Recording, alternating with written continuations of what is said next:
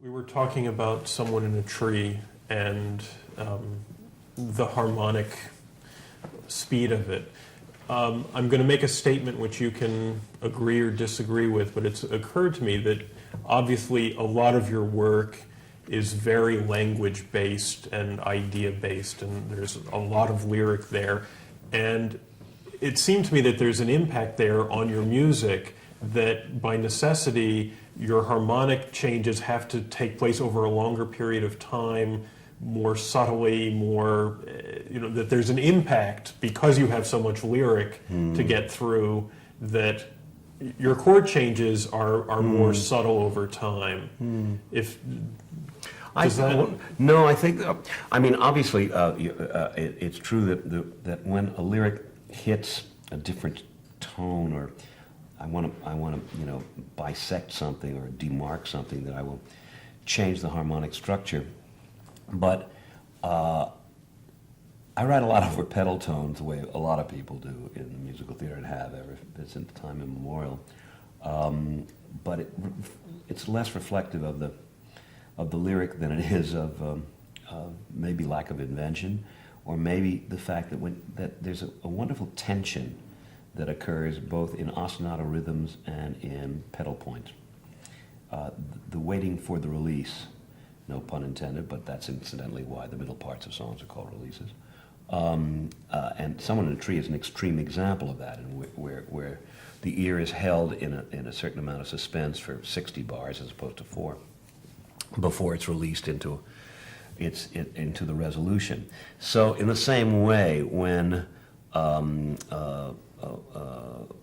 there's, for example, the pedal tones in Send in the Clowns, almost all of it is over this tonic drone, but there are, as you say, subtle chord changes. But it's to keep the kaleidoscope going while you're anchored, because a pedal tone is like an anchor.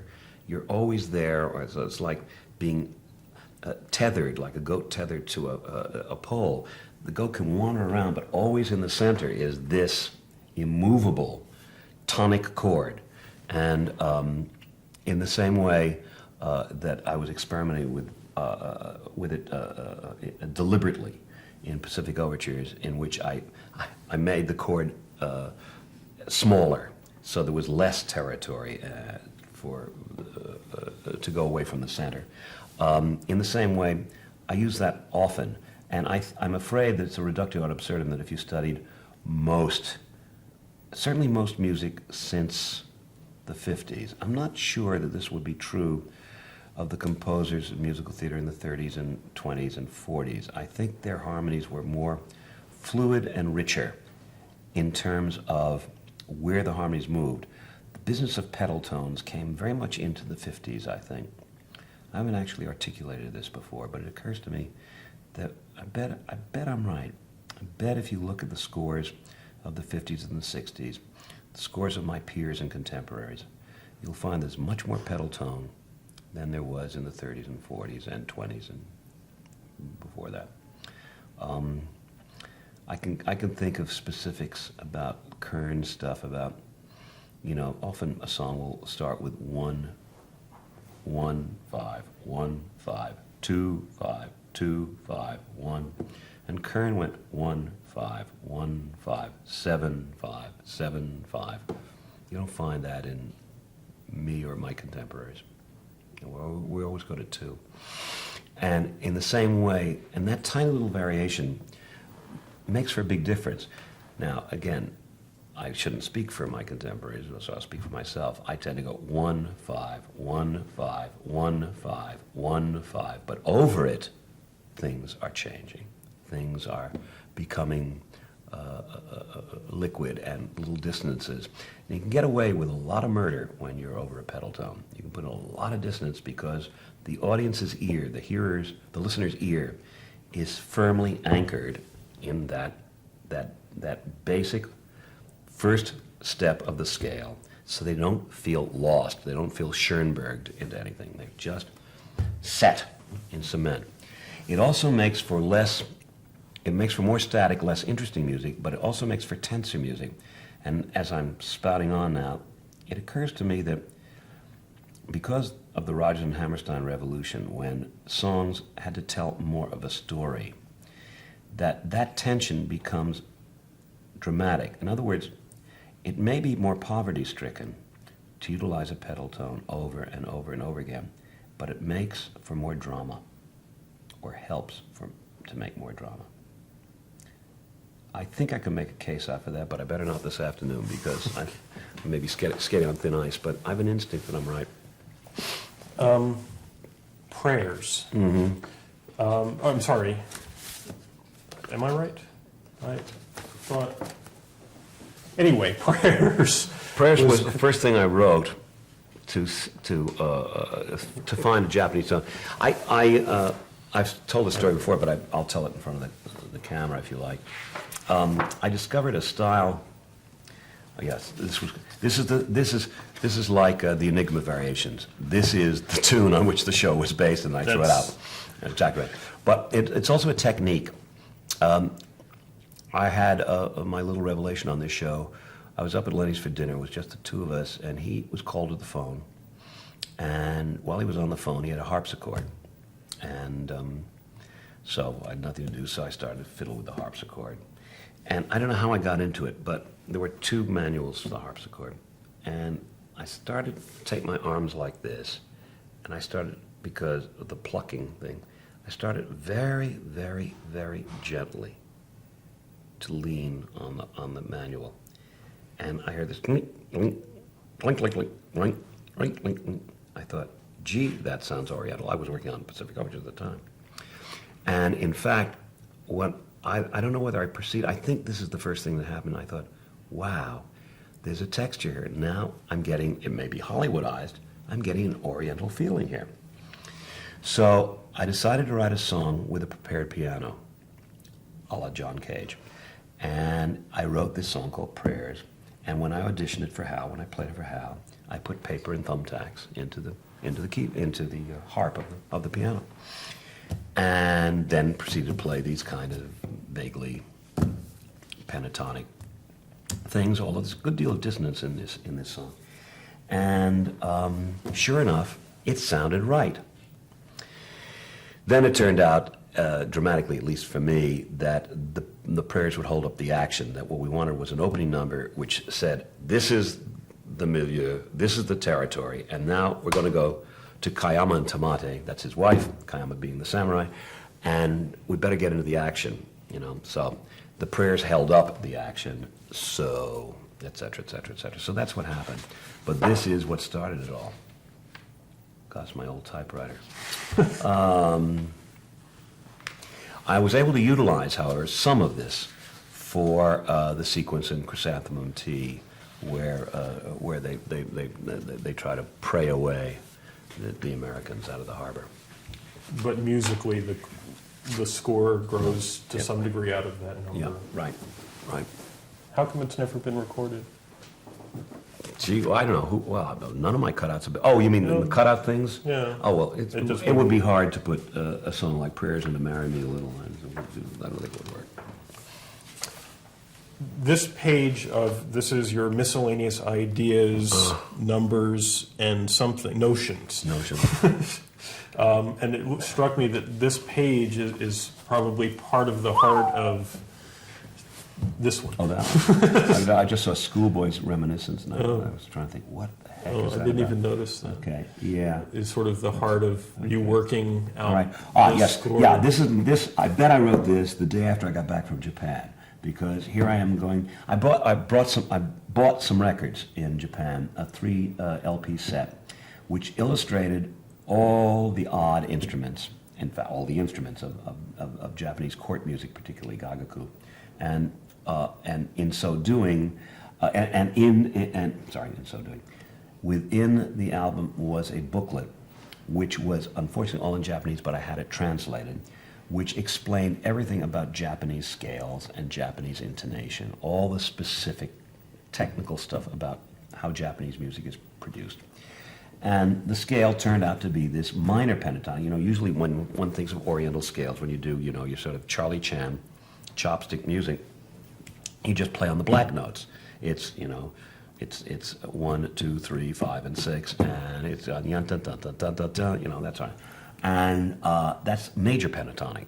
But I discovered that the Japanese seem to be about minor pentatonic. In this case, it's C, D, E flat, G, and A flat, as opposed to C, D, E, G, and A, which it would be if it was Chinese. I thought, whether this is authentic or not, it makes a big difference. And so I made a list here of various ways to utilize that. And here, for example, these are chords that you can play on the show. The show is it looks like it's a gourd with little pipes. It's like a little mouth organ, except that the base of it is round, and it has little pipes coming out of it. It looks like a planter, and you blow into it, and it makes these various sounds with these 5-note, 6-note, 7-note chords, all of which are chord clusters. I love chord clusters because, again, as with pedal tones, you can get away with anything with a chord cluster. You go like that, and it sounds great. It doesn't matter what the notes are. And so then this is clearly out of this set of papers, this booklet in see that because here's about Japanese drumming, rhythms of Japanese. Here's the biwa tunings. I never used a biwa, which is a plucked instrument, I ended up with the shamisen, the shakuhachi, which is a flute, shamisen, which is plucked, and the biwa, which is blown, and the sho, which is blown. And clearly these rhythms and the patterns are from this paper because it literally says patterns. And I wouldn't write patterns unless it was out of some particular scholarly text or analytical text. This says dom for, I guess, dominant. I guess this is the way I try to figure out. I mean, it's not chords, so I don't really know what I'm doing here. What's in the bass? I don't know. But anyway, these are all patterns and scales of, and here are tonal systems that obviously I came across. Because as in Greek modes, they have tonal systems, different ones for different chord purposes, for different times of the day, for different emotions, just the way the Greek modes worked. But they're Japanese modes. I love this at the top. Noise. Well, you see, it says noise plus music. yes, right, exactly. Well, I'm not sure what I meant by that, but there is that whole thing of whistles and bells, and the fact that the intonations are not, the Western intonations. You don't hit a note exactly, and in fact, part of the art of playing instruments and singing in Japan is how the performer hits the notes. I also said it says no, N-O-H, meaning no theater, prolonged beats. So clearly I was listening to some no underscoring, so to speak. Yes, look, it says even here, fast confero side 3. So that means side 3 of the record side. That's what this is. This is my distillation of what I learned from the pamphlet. Have you ever wanted to go back and write an Asian score? Or no, and they tried to get John and me to do that, a large Asian conglomerate last year, but no. One of the things I noticed in the lyric sketches for the Admiral's number is the word extraterritoriality was originally part of the British Admiral's section. Do you remember how it got changed to the Russian? I don't. Clearly, that it's such a British word. It may very well be. Well, one of the things I like about the Admiral's number is it's accurate historically. That is exactly how things happened, the order in which the countries came, and what they demanded. And it has, I'm proud to say, been used as a history lesson in schools. And the notion of extraterritoriality, I think, was the Russian idea. But it's such a Gilbert and Sullivan word that it's probably why I was thinking of using it there. But I don't think the British demanded extraterritoriality. They may have. Maybe every country that ever goes into another country demands that because it's a subset of diplomacy, of diplomatic immunity, and so it may be. But it, and I don't remember, having read the history now, why it was so heavily emphasized in the Russian section. But that's all that means. In Banfield's book, he says, and I quote, Sondheim's masterly way with repetitive accompaniment figures and the hymnos from frogs is tremendous in its cumulative effect, an achievement without which the still greater achievement of Pacific Overtures written the following year would probably not have been possible. I have no idea what he's talking about. I really don't know. Do you know what he's talking about? Well, it's something we touched on yesterday, which is how you grow as a composer and your ability to, by tackling something in once, enables you to... It's certainly possible, but that's an overview, and as you know, overviews are anathema to me. Okay. Here's a quote from you, which I've changed my mind, whatever you're going to say. But if people can't hear the romance and passion of, say, Pacific Overtures, they're not listening. There's a lot of anger there, too. There's a great deal of lyrical music in that score. What particularly interested me in that is the use of the word anger, which I guess is something that I wouldn't... No, I'm surprised. It doesn't sound relevant to me. It sounds like... I wonder what I was referring to. I think of a number like Four Black Dragons, and you know what it is? I think I know what it is. It's the anger of the reciter. The reciter is outraged at what happened to the country, and particularly is played by Mako, who is such a fierce personality. And I think it's less in the score than in the attitude of the show. I mean, this is a man who is telling us, without ever saying it, we were raped. And they were. And though it's highly controlled and ritualized, you know, when he becomes the emperor, Meiji at the end, or the penultimate moment, and breaks the sticks, you know, the puppet grows and becomes a person and breaks the sticks. And he becomes a real emperor, and he says, we will do to the West what they have done to us. That's anger. And they did it. And they were right. They're wrong, but they were right. Some general quick questions. In form, there's no free song at the end, really. Oh my God, never occurred to me till now. Why didn't you tell me in 1960? Jesus. I mean, you sort of set up the... Guess what? It never occurred to me. My God. No, he just comes out and sings Happy Ending. That's interesting. You're absolutely right. Incidentally, he does have free. Yeah. So it did occur, but it wouldn't occur to me. No, you can't stop the action at that point to say, you know, when all the plot elements are tied together neatly at the end with the brother and the sister and the marriages and all that sort of thing, you just want to get out of the theater. Just get out, you know.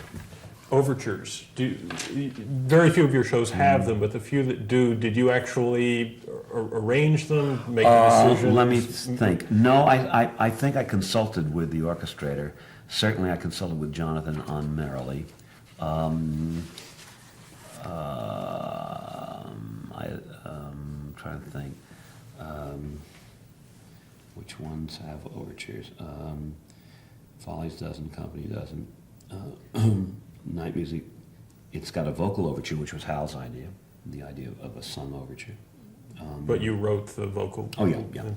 But the notion was. Okay. Yeah. No, usually overtures in the standard and traditional musical comedy sense are put together by the arranger. The most famous Gypsy was put together by Red Gensler, and you know, that's what they do. Did you look at Schillinger at all? Did you ever study him? But I bought the books when I was 17. I was so fascinated in the idea of the Did you read them? Yeah, did you understand them? I still them? have them, yeah. No, I didn't understand them. And I didn't read them all the way through. Okay. I just looked at them and I thought, gee, the idea of graphing music, what a great idea. Another quote about the interrogation scene in Whistle. It holds up very well. It has one severe and not quite fatal flaw in it, which is the tune isn't good enough. It's terrible. Will haunt me forever. It's a real jerry-built tune. It's a functional tune. That's all. I still feel the same way if that's what you're going to ask, or that's not what you're going to ask. I guess inspiration or how, the idea of a good tune and It's a tune that for me, a good tune is what tune I like to listen to. You might not consider it a tune that I like, you might not like it. And to me, a good one is the one that I like. And that tune is a tune I don't like, and I couldn't find a better one. I just couldn't find a better one that I liked more. It seems, so much of this now it blurs in that territory about not what is good, but what one likes. And music is full of that, I don't like it. So much of what we've talked about here is craft. Yeah, exactly. But to what degree does inspiration you've mentioned the muse sitting on the shoulder, that it doesn't happen that way, but every once in a while, does a tune, does a sure, phrase, absolutely. Okay. Sure. That page that you love from Move On, that's exactly the muse sitting on the shoulder. I don't know where that came from. It just is right and terrific, and I knew it when I wrote it. I think to close Okay. these things out, actually I do have one other question. Okay. Windows. I may be crazy, but it's the one recurring image in your scores where that word not only recurs, but every time it recurs, it's a musically significant moment, which makes me want to read something into it as it relates to you, and I don't know. No, I don't know. It is about observation, isn't it? The first time I used it as a song that I never put into form called "The Window Across the Way." And of course, that was literal because Hero is looking at Philia through his window to the house next door. But no, the word I use most in my lyrics is "little." But that's functional. Yeah, that's functional. No, I understand what you're saying. No, I don't think it has any specific thing. In the case of Sweeney, again, it's a literal window.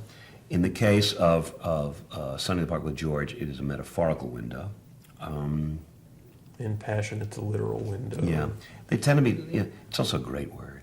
It's one of the great words of the language. And the sound of it is so terrific. It's romantic and it's sad. No, that's for archaeologists. Okay. I wanted to give you a few moments to respond to a couple of quotes of yours. Okay. You can sweat a lot over music, but it's very fulfilling. I was trained and started out as a composer, and I fell into lyric writing, so to speak. I wanted to do both, but music was my joy. And then, oh gosh, the privilege of being able to write music that's a gift from God. Still feel it. No, I can't go beyond that. That's Can't just go it. I beyond mean, every musician knows what I'm talking about. Anybody, or even non-musicians. I mean, music is a magical art. I don't know how the human mind ever got to it, because everything else is somehow representational and literal, including painting, but not music. How did that happen? Is it from the birds? What is that from? How do we learn? How do we make music? I can understand vaguely how man learned to speak, and because he had to communicate things. But what is this? How did man learn to whistle? I mean, how to learn what? And where's the 12-tone scale come from? And blah blah blah. And I'm ill-educated this way, so you could probably answer. But it seems to me miraculous. It's to me it's as mysterious as astrology, but unlike astrology, completely believable. It's just I don't know.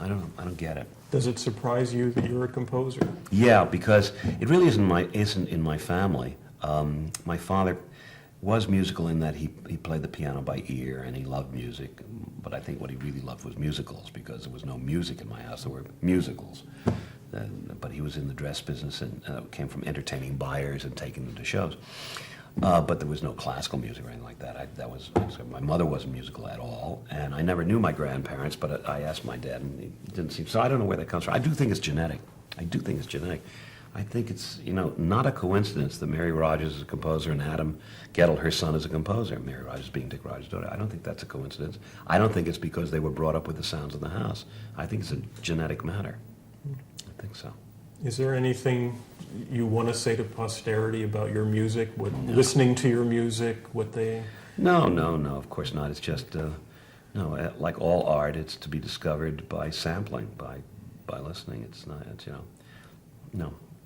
there isn't anything except the way to write, for writers who want to write, just listen to a lot of music and figure out how people wrote what they wrote. There is a lot of craft and it's underestimated, even in a frivolous, I shouldn't downgrade it by saying frivolous, but in a commercial profession like musical theater. There's a great deal to be learned. To analyze a Kern tune or to analyze an Arlen tune is not more than a rung below analyzing the Mozart 39th. It's the same process. And without craft, I think art is nonsense. It's a sort of masturbation, and whereas with craft, it's a form of teaching, which I have said innumerable times is the noblest profession on earth. And so, what's nice about this set of interviews is about the craft instead of about how did you get to be a composer and what was your education like, you know. But it's noble stuff. And the great thing about music is if you're a musician and you're a composer, it's just fun, particularly if you're a piano player. Just fun to sit and make sounds and say, ooh, that's good. And if you have a purpose, to write them down. It's really fun. Thank you for teaching Thanks, Mark. us. Okay.